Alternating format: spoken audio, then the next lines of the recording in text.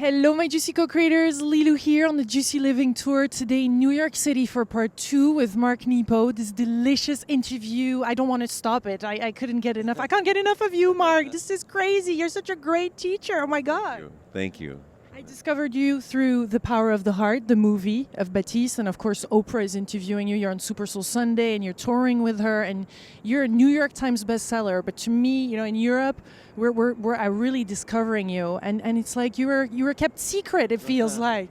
Oh, well, thank you. It's great to be here and do this with you. Yeah. Our first part was on the heart and opening and aligning our mind and heart, and it's so powerful. I really recommend you to see because it is practical and it's just really inspiring.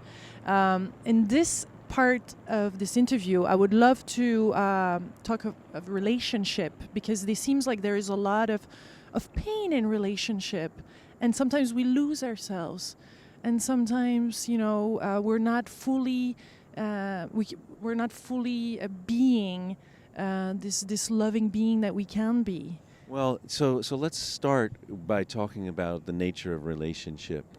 And I believe that the challenge of our age is staying in relationship. Yeah. Now, I'm not talking about, we all know, you know, whether we're in abusive relationships or relationships that are dysfunctional or that don't work. But I'm talking about staying in relationship to what matters, to our aliveness, to the universe, to our soul, to each other. So sometimes we have to say no to a relationship that is no longer true in order to say yes to our relationship to being here. And everybody's life is different, even within one life. So I think the challenge of our age is staying in relationship to everything. So we're constantly asked, you know, there's a paradox, then a rhythm for everyone who's ever lived between solitude and community. We move, you know, when I was younger, and this is, everyone goes through this, you know, when I was a teenager, I would, you know, I'd be alone and I would want to be with others. And then I'd be with others, and I'd be happy for 5 minutes. I'd be at a party or somewhere, and then I'd go, oh my God, I can't wait to get out of here and be by myself. And I would think, what is wrong with me? I'm fickle. And then as I learned, as I got older, no. There is a rhythm, just the way a dolphin will break surface and go back down. You know, where does it live? It's both. We are constantly breaking surface and going into the deep. And we bring what we learn when we're alone into relationship, and then we bring what we learn from relationship into being alone now. And this is all to talk more specifically about the struggles of being in relationship. So now the gift of being alone is, and this is, we all have our own direct experience of God, of the universe, of eternity. No one can feel that for you. You have to be alone to feel the unity of things. Now, the shadow of solitude is that once we feel that, now we are trapped in only our own thinking. So the solitude is that after a while it becomes only me. Oh my God, I'm just in a hall of mirrors. Now, on the other side, the gift of community is that together we discover more than when we're alone. So now you bring who you are, and I bring what I am, and here we are. And something appears between us because you've asked me these questions, which if I was sitting here alone or in my hotel room, I wouldn't express. I often don't know what I know until someone asks me to be here. And so we have this sense of belonging that's beautiful. But the shadow of belonging is that we will give ourselves away to be accepted. We will muffle our light. We will put who we are under a hat, all to be accepted. So the true gift of relationship is where I can bring all of who I am and leave nothing outside. So if someone loves you, they want you to bring all of who you are in the door, and they want you to grow. I know that a relationship is in difficulty if someone says, "Oh, you're that's wonderful, but could you leave that part outside?" Or we're going to be with these people, and you laugh a little too loud. This is a sophisticated gathering. Can you? That's a sign that all of who I am is not welcome. That's a sign. How do you deal with that? This is, we talked a little bit in the last interview about inner courage. The courage to be who you are everywhere. To say, you don't ask the sun to only bring part of it into the day. I am here, you are here, we are all here to emanate our heart and our light in all directions without preference. The sun emanates its light and warmth. It doesn't say, "Oh, I think I'm only going to shine on the roses today." It emanates in all directions, and what happens? Everything grows toward it. So when you and I can be who we are and hold nothing back, we grow to each other. I grow in your light. We grow to each other. Thomas Merton, the great monk who was a great writer, died in the 60s. He said, if we truly beheld each other, we would drop down and worship each other. If I truly took who you are and I go, oh my God, here we are. So what happens now let's move to the living in relationship, which is messy and magnificent and real. And this is where we are asked to grow by rubbing up against each other. We are asked to learn by not retreating from who we are, but being more who we are. Not in manipulating, controlling, directing, or saying, "Oh, this is such a wonderful person, and I think if I were in relationship, I could turn them into something even better." No. That is nobody's province. I need to accept you for all of who you are. So there's a paradox here. Yes, we all grow, but essentially, who you are is who you are. And I love all of you, or I don't love you.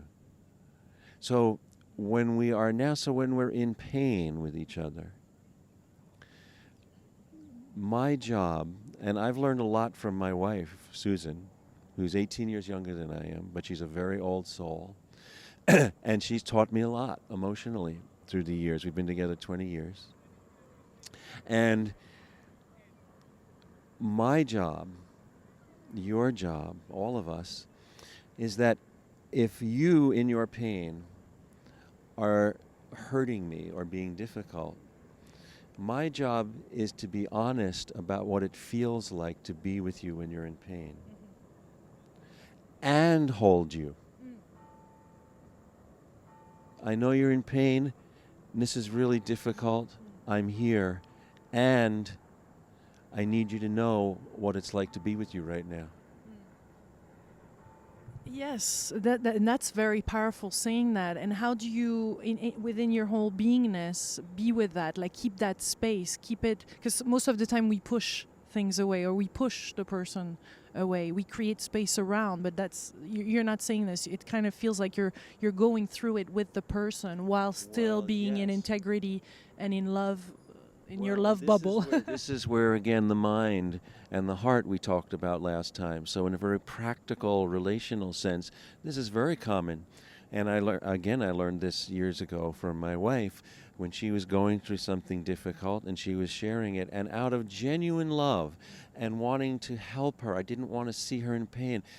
I started to offer solutions. I started to think, well, how can we solve this? How can we do this? And she said, I'm not asking you to solve me. I'm asking you to be with me. You don't want to feel my pain. So you're trying to hop over it so that we can get beyond it. And I know you mean well. And I said, you're right. You're right. And I learned. And I learned that loving someone is being in their pain with them. This is the root of the word compassion. Compassion means to be with, to keep honest company with. So this means that, and this is again where this all is connected. So when we live with an open heart, suffering and great love expand and deepen the heart. And once I've suffered, I can no longer keep out others who have suffered. So once I went through cancer, I can never close my heart to anyone who's been through a life-threatening situation. Once I'm healthy, thank God, I feel great. Several years ago, I had from exercising, playing sports, I tweaked something in my back. So the first time in my life, I had for 10 days, my back was, it was difficult to walk. And now all of a sudden, I'm in the supermarket, and I'm 63. I'm calling old woman, but this older person ahead of me, who I used to be impatient with. My God, it's taking her forever to get through the line. And she's sweet, but come on. Now, since my back was hurt, now I understand. Now, all of a sudden, I understand why it's taking her 15 minutes to get through the grocery. Now, instead of being impatient, now my heart says, help her. What are you waiting for? Help her with her bags. So this is how the open heart leads us to keep honest company. And now the honest company, because now we go back to the relationship. When I tell you that I know you're suffering, and it's also difficult right now for me, because this is what it's like to be with you when you're suffering in this particular way. Now I give my loved one the opportunity, because I've been honest, to show up even more. Now that person can say, well, I'm sorry that I can't help it. And thanks for being here. And thanks for being here. I have one last question regarding relationships, though there's many, but how do you know you have to end a relationship then? We know anything living, it doesn't stay the same. Everything grows, and especially human beings. So when a relationship comes to a point, and I can give you a very heartbreaking example, touching example from my own life. When we grow into a place where all of who I am, now it's not to mean like you and I could be in a relationship, a friendship, or we could each have significant others, and like birds who come back to the nest, but during the day they're flying here and there. No, we can have separate lives and share in the nest.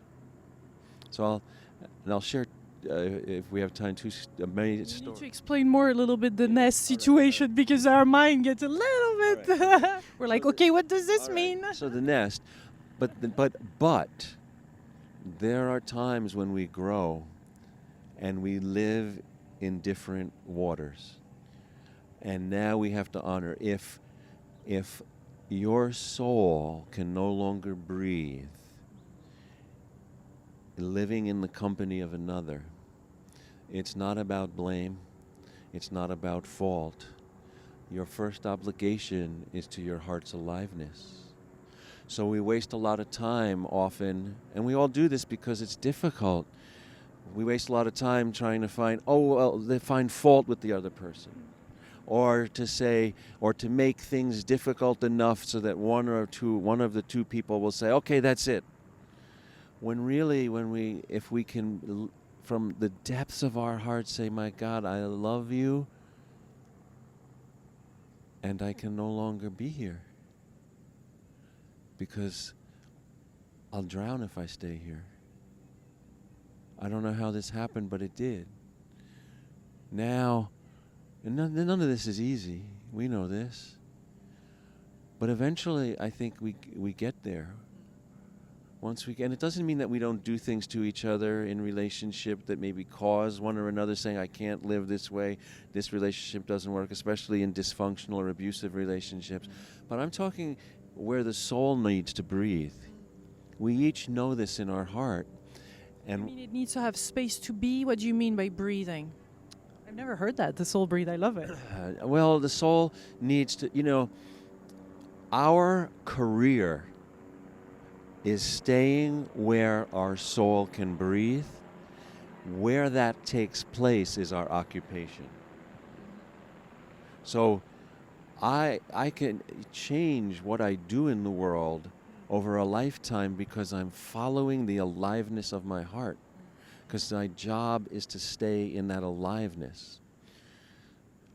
So let me tell two quick stories about relationship.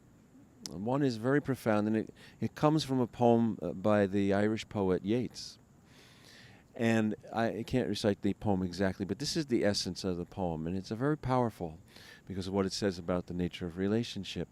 It's about a mermaid who falls in love with a boy. And so they're in the water, and she's so happy to have found a mate. And she can't wait to show him where she lives. And so they go underwater, and in a moment, and his phrase is, she embraces him and gives him a kiss, a long kiss, and in cruel happiness he drowns. Oh, it's not a happy ending to this poem. But that's not the point. The point is what he reveals about the nature of relationship. The mermaid lives in the deep, and she can visit the land. The boy lives on the land, and he can visit the water. If she stays on land too long, she dies. If he stays in the water too long, he dies. So where is the relationship? It's on the shore. So we, in our want to belong, as we started, we in our want to belong, oh my God, we found another. We say, oh, if I could just bring them to the deep. I can't wait to share what only I experience. Or, oh, if I could just bring them on land. But that's not the nature of relationship. No one can go where you live. So this changes. What is the responsibility of relationship? The responsibility is for me in the deep. If I live in the deep, and we all live in our own depth, it's to say, I need to bring up what I want to share to the shore. Because if I force my loved one to go where only I was born to go, I'll kill them. Now, in my relationship with my wife, Susan, I'm in my gift, I'm a prolific writer, and, and years ago, and I would be excited to share with her what I've discovered today. And one day she said, I love your work. I love to, but you have to decide, do you want me to be your reader or your partner? Because I'm the one who lives in that depth. She's a potter. I can't sit with her by every pot she creates. But we can bring to the shore, at the end of the day, this is where I was and this is what I want to share. Profound about relationships. So now here's another amazing teaching about relationship. This goes to ancient times in the Middle East. In the Sea of Qatar, where there are natural pearl beds. Before we had scuba tanks and GPS and everything, the way pearl divers would work, whether it was a brother and brothers or a father and son or a brother and sister or partners, two people would go out in a boat. One would tie a rope around the other with a sink stone, and one would dive over to search the depth for pearls. And the other would hold onto the rope and count the time they had to breathe. This is trust. Their life was in their hands. So they would count the time that they would have to breathe so that the one diving would be free to look for the pearls. This is relationship. Now they would bring up, then they would tug the line, they would come up and they would put whatever they found, treasures, before them, and they would look at them together. Now this is at the heart of relationship. Then the other would say, it's my turn. Now you count the time while I dive for the pearls. And so we live in both. We live here with helicopters, and right? And we live in the deep. And when we're in relationship, it means that, okay, this week I'll do the dishes, I'll pay the bills, I'll go to the store, you dive for the pearls. And then when you surface and you're intoxicated with the deep, my love of myself, my commitment to my heart's journey means that I have to go, I'm so happy, thank you, now it's my turn. Next week, you do all this so I can go where you just was. Beautiful. Thank you, Marc. Wow. It's quite something to interview you and get in this. Wow, we just dived together, I feel. All of us. Thank you, Marc. Thank you so much. Which book do you speak most of relationship?